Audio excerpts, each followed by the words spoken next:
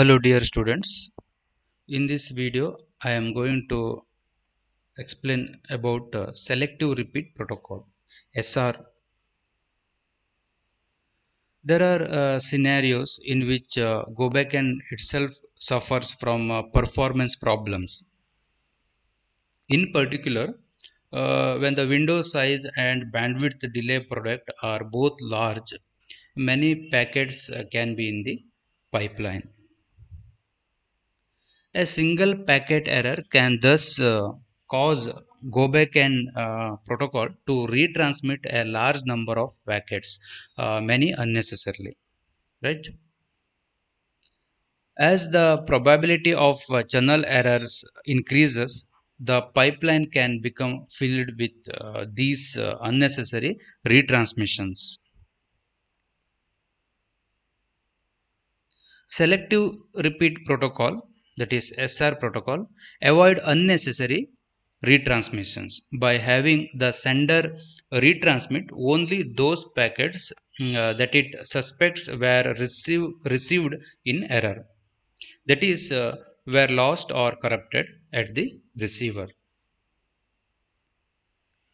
This individual as needed retransmission will require that the receiver individually acknowledge correctly received packets. A window size of n will again be used to limit the number of outstanding unacknowledged packets in the pipeline. However, unlike go back and protocol, the sender will have already received acknowledgements for some of the packets in the window. Figure shows the selective repeat senders and receiver view of the sequence number space. This is sender view of sequence number and this is receiver view of sequence number. Send base, next sequence number, window size. Here also at the receiver, window size of n, receive base.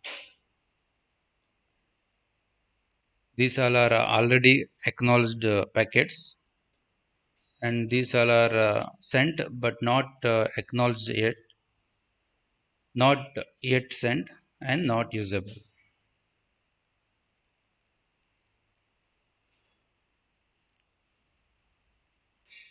Okay.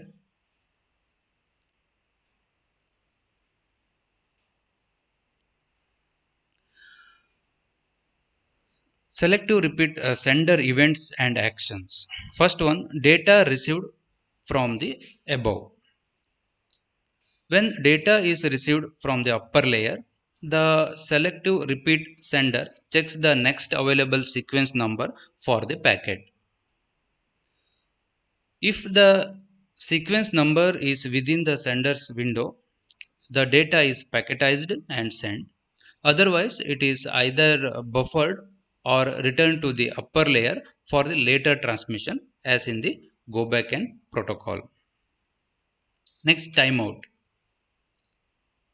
Timers are again used to protect against lost packets. However, each packet must now have its own logical timer, since only a single packet will be transmitted on timeout. See here in this figure, so window size is 4, right? Here packet 0 is received, delivered, and acknowledgement 0 sent. Here packet 1 is received and acknowledgement sent. Here packet 2 lost.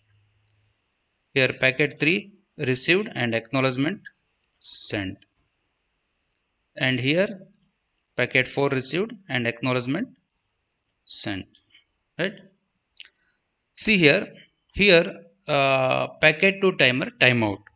Therefore, sender resends this packet to once again. Okay.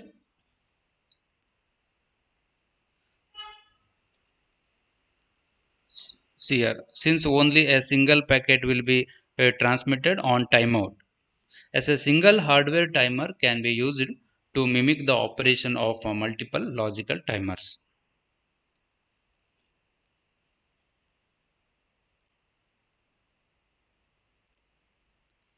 Acknowledgement received. If an acknowledgement is received, the selective repeat sender marks that packet as having been received, provided it is in the window.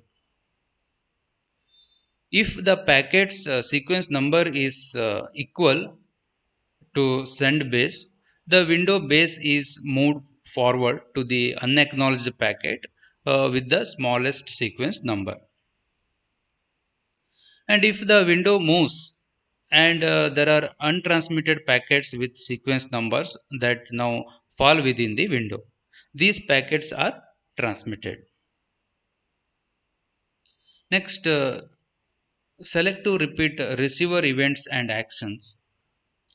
The selective repeat receiver will acknowledge a correctly received packet whether or not it is in order. Okay, see here in this figure. So correctly received packets are acknowledged, right?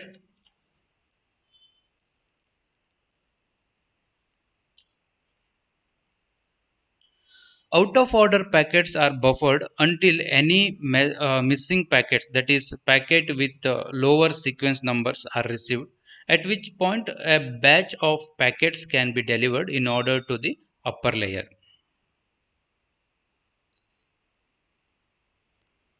First one, packet with sequence number in receive base comma receive base plus n minus 1 is correctly received. In this case, the received packet falls within the receiver's window and a selective acknowledgement packet is returned to the sender. If the packet was not previously received, it is buffered. If this packet has a sequence number equal to the base of the receive window, that is receive base, then this packet and any previously buffered and consecutively numbered, that is beginning with receive base, packets are delivered to the upper layer. The receive window is then moved forward by the number of packets delivered to the upper layer. Second one, packet with sequence number in is correctly received. RCV base minus n, RCV base minus 1. In this case, an acknowledgement must be generated even though this is a packet that the receiver has previously acknowledged. Third one, otherwise ignore the packet. Okay, thank you.